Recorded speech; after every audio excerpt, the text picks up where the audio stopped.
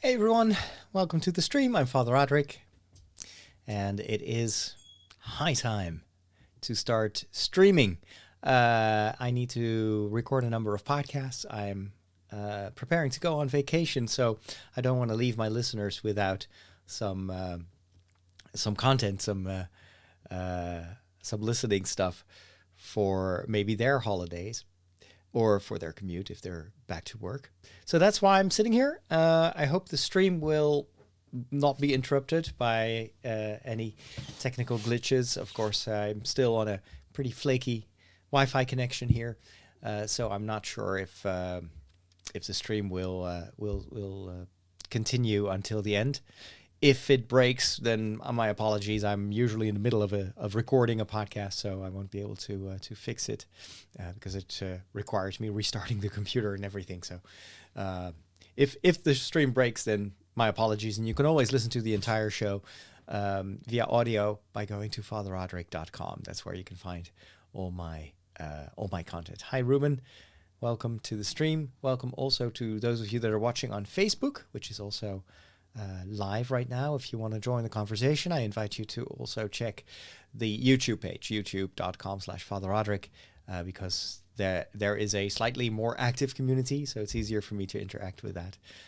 But otherwise, feel free to continue watching on Facebook as well. And of course, if you're watching this after the fact, and you want to hear more of my shows, you may have never listened to one of my podcasts, and just go to your favorite podcast software app and search for Father Roderick, and then you'll find a number of shows that I'm a part of. Hey, Margot, I should say. I'm pronouncing it the Dutch way. And Ray Gutter Gaming, hi there. My apologies. I have a bit of an allergy today, and I think it's due to the odors of the paint. I've been going back and forth between this rectory and my future home, and as you know, they're currently renovating it, and all those chemical smells are not very good for me. At least I have a very strong reaction to it. So I was there this morning, and now that I'm sitting down, as if almost my body is catching up with the allergic reactions. if I sneeze, sometimes it's not COVID. It's just allergies. There we go. Feel like Bilbo Baggins. Hey, Claudia. This is it's a very strange. I don't know why that happens, but very often when I'm planning on podcasting, I get this stuffed nose, almost as if it's a I don't know, some kind of weird psychological reaction to opening a microphone. Perhaps I'm allergic to microphones. I don't know.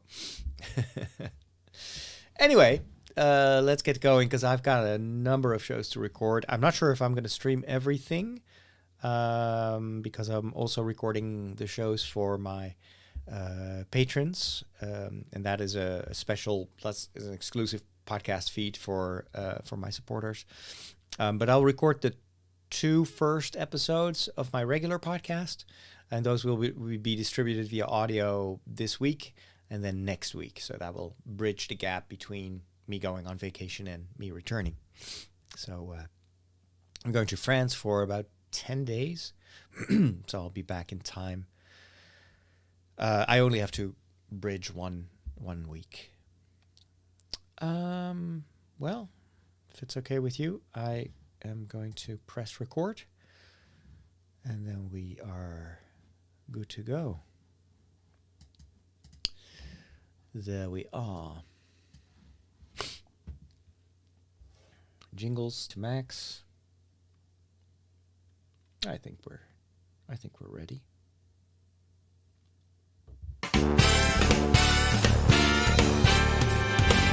Hi there, and welcome back to my regular show. I don't dare to say weekly because I've not been very weekly recently.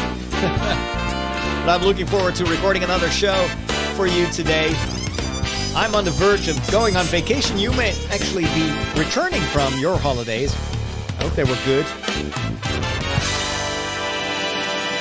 And of course, if you are in lockdown and there are an increasing number of countries and places where people unfortunately have to go back in lockdown because of the Delta virus spreading so quickly. I know that there are many of you that are in situations where the current outlook is not very good. I hope you're safe. I hope you stay healthy. And in case you fall ill, I hope you get better soon and that the symptoms will stay moderate.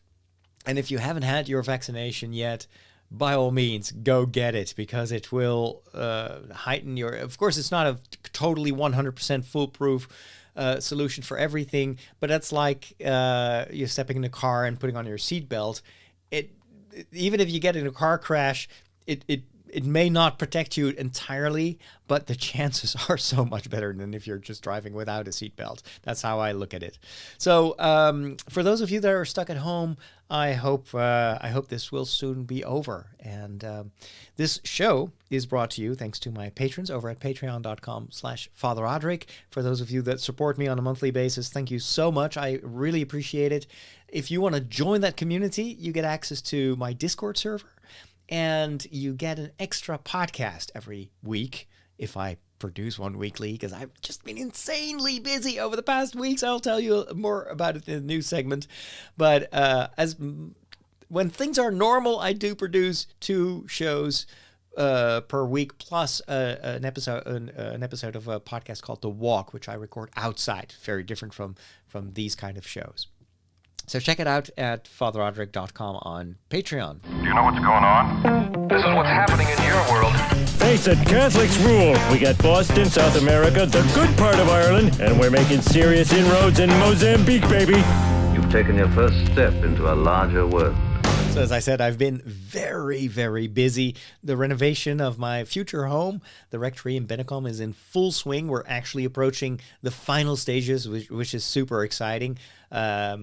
We started this project in April, at the very beginning of April. So it's almost been half a year, 6 months. Nobody expected this to be such a huge project. The other day I was talking with the people that are helping me, and they said we thought we would have some work for a number of weeks, but it's the end of summer. We're still working. Right now, everything upstairs is ready, except for the floors and the electricity. So most of the groundwork of the electricity has been redone, but it still needs finishing. And of course, in order to put the covers on the outlets and everything, and the lights in the ceiling, everything needs to be painted. So now that is done, the electrician can come in and finish upstairs. And then downstairs, the kitchen is almost ready. That turned out to be the biggest puzzle of everything. It was an IKEA kitchen. I would not recommend anyone getting a kitchen at IKEA's without their installation service. And even then, I'd probably go to a more specialized chain of stores because this was not a good experience.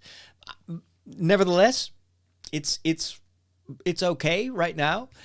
Still needs some finishing touches, but I think once it's finished, it's going to be a really, really awesome kitchen. I can't wait to show you.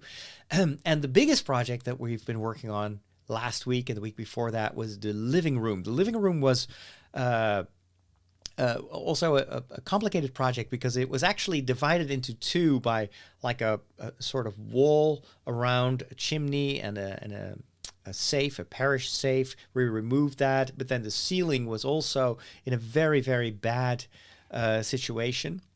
Turns out they used all sorts of layers of paint, never really gave it much thought, and so all the paint came off when we were trying to repaint it. And so for about a week, I've been working really hard with 2 other people to try to remove all the old paint, and now it has to be repainted, but it turns out to be a bit tricky because there's still patches of the old paint that shining through. Anyway, it's just a race against the clock because the people that have been helping me for months now, they are going to take up some other project next week. So but there is this one big thing that still needs to be done, and that's the floor. When I was still in the old rectory, I had just renovated my apartment upstairs with some new wooden floors. And when a few months later I got notice that I had to get out of that house, I took the floor out and I brought it with me. But then, of course, the big question is, does it fit in the new living room? Because I figured, those were all smaller rooms, and I had this big living room, and it had partially a wooden floor, partially concrete, and it was pretty uneven. So I figured, let's just put that wooden floor there. It will look nice. And plus, I like to have this kind of warmer feel of a wooden floor downstairs. Upstairs is all going to be carpet. It's not my favorite, but it's a house with a big hallway and a staircase. And right now it's all this kind of, what is it? I try to find the word in English, but I'm not sure. Anyway, they're just hard floors. And so there's a lot of echo in the house. And it's every room you enter, there's this kind of metallic sound, and it's very unpleasant. And knowing that I'm going to use a lot of these rooms for podcasting, for filming, I needed to have something that would dampen the sound. And that's why I chose to put carpet on the stairs and also on the total upper floor. So that's going to be installed in September. But then downstairs, I wanted to have that wooden floor, and then we're going to put some PVC tiles in the rest of the rooms and in the kitchen. And unfortunately, we did not have enough planks for the living room, so we currently ordered 2 more sets of planks, and that would probably cover it all. But then those have a delivery time, so we need to wait another week. So it's been this constant juggling around with the schedules, and will that be done in time so we can continue this? And it turns out I think everything is going to be all right, but next week I'll be on vacation. I'll be in France. I'm currently preparing for this summer holiday. It's just 10 days, so it's not much. We're going to Auvergne, to the south of, it's kind of the southern part of the middle of France. And I'm going with Father Henry and Father Harry and Father Michel. So I won't be here to monitor and also to kind of manage the renovation. So these past few days have been extremely hectic, where you try to put everything in place so that when I'm gone, the work can continue. Because if it doesn't, and I come back, well, it's almost time to move in. I really hope that at the beginning of October, I can move into my new home. So everything needs to be ready. And then it will have been, April, May, June, July, August, September. Yeah, it would be exactly 6 months that I've been staying here in the loft of Father Henry's rectory. I think half a year is enough. I need to get back to work. So it's been, and the reason that I couldn't record any podcasts, or I tried. I think I did manage to record an episode of The Walk every week, because that's what I do anyway. So that's how I kind of keep in contact with you. But these regular shows, it's just, these require quite a bit of preparation, and I just didn't have the time. And I chose to put my focus on what needs to be done right now, so that later on I don't have that. If I calculate the number of hours that I've put into this whole renovation project and all the worries that accompanied it, it's just insane. It's like more than half of my time went into this. So I'm looking forward to having all this spare time once I've moved in and all this is behind us. It's a ton of work, but I think the result will be worth it. How do you not like movies? They're predictable. Like, the guy gets the girl and that kid sees dead people and Darth Vader is Luke's father. Not liking movies is like not liking puppies. They're fine. I just get bored and never make it to the end. You need a movie education. You need a movication. Now I'm gonna give it to you. So I finally got to see Black Widow, the newest movie in the Marvel Cinematic Universe. Black Widow takes place a little bit before the events that we've seen in the last few movies. So it takes us back in time, and it tells a story right between the moment that the Avengers falls apart, or the group falls apart because of all the tension that they have during the Civil War. And we follow the character of the Black Widow, Natasha Romanoff. And she's been the only character I think of the Avengers, plus the dude with the bow and arrow, that didn't have her own standalone movie. We've got Thor, who got like 2 or 3 movies. With Iron Man, who's had a ton of movies. The Hulk, all of them had so much exposure. But the one of the few female heroes of the Avengers didn't have her own story. And we knew that there was an interesting backstory because we've seen some glimpses of her past. She's been raised as a special agent in the Soviet Union, and it was part of I think, like genetically modified or at least trained group of young girls that were meant to be spies and special agents all over the world. And this movie gives us much more backstory and also shows her her family, which is something I really enjoyed of this movie. It introduces her to her sister, who I think is going to pick up the torch because, well, for story reasons, which I won't spoil in case you haven't seen all these movies yet, the Black Widow herself, Natasha Romanoff, will not be in the future of the MCU, but her sister may be. And so this was also a nice bridge movie. Actually, I think the movie was just as much about her sister and her family as it was about her. But it definitely gave her a much more, I don't know, human backstory. And I thought the way they executed it was really, really good. I've so enjoyed this movie. You may only know the Black Widow movie because of the recent controversy because of a lawsuit that was filed by what's her name, the actress who plays the Black Widow. Her name escapes me right now, but anyway, she filed a lawsuit with Disney because originally she was supposed to get extra money based on Scarlett Johansson, of course, based on a theatrical release. But because of COVID, because of the whole situation, and also because of the success of Disney Plus, Disney decided to co-release the movie in theaters, but also on Disney Plus, and you had to pay this extra fee, which they tried out first for Mulan, and apparently this was very successful. They made a ton of extra money on all the Disney Plus subscribers. So you could also see it online.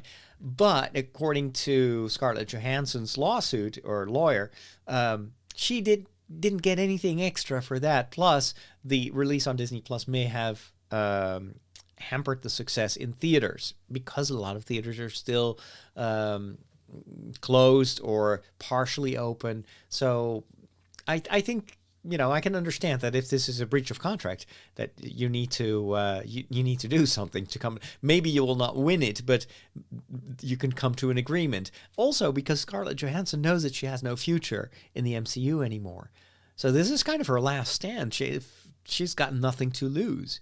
So I understand that from a what is it legal point of view.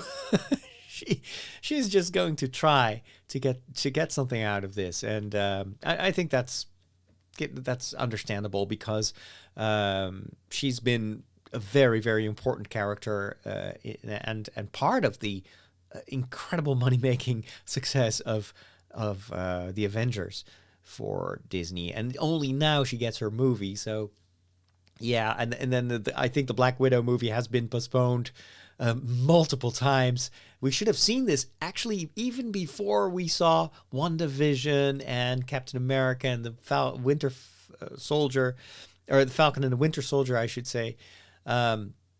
Story-wise, this was supposed to be the first time we get introduced into the whole future of the MCU. So with all those delays and now with this joint release on Disney Plus, I think I understand why she's not happy with the current situation. Anyway, but let's focus on the story itself. I love the humor in it. The action is fantastic. There's a lot of really great choreography, but the movie also has a lot of heart, and the story itself reminded me. The first part of the story reminded me very much of The Americans. If you haven't finished that series, but it's a fantastic series. I think it is on Amazon Prime, but I may be mistaken. It's about this sleeper cell, an American family that isn't actually American. It's just two Russian spies that have integrated in society, and we know that this happens in real life as well. And nobody knows that they are Russian agents, and they even formed a family, had kids and everything. But it was all for show. It was all to cover up their activities as spies. Well, here turns out that there is a MCU equivalent of that, and it's much more dangerous because we're talking not just about regular spies, but we're talking about super spies and super agents with incredible destructive powers. So I really like that this movie kind of takes some real life elements and weaves a new story around it. I think the acting was also really enjoyable. I love that we get to meet the parents, or the so-called parents, the fake parents of Scarlett Johansson's character and her sister.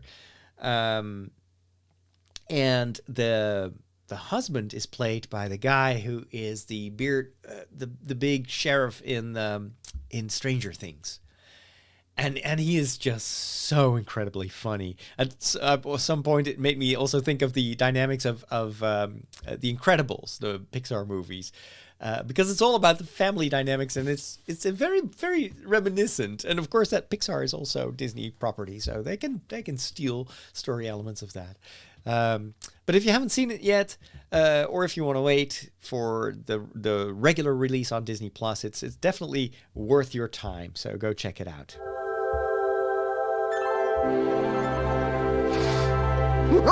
Catholics rock!